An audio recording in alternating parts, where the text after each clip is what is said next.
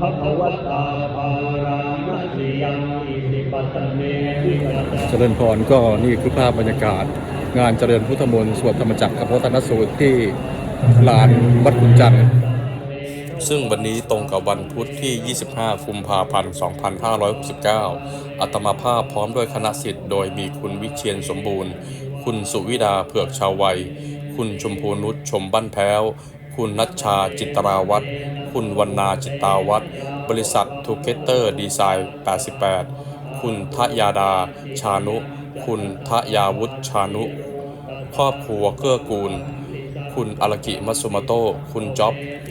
ได้ร่วมกันเป็นเจ้าภาพแจกมาม่าผัดไข่ใส่หมูสับก๋วยเตี๋ยวหมี่ฉีกโรตีทอดซาลาเปาทอดแล้วก็ขนมหวานก็ขออนุโมทนาบุญกับท่านเจ้าภาพทุกท่านขอเจริญพรสิวัตโพ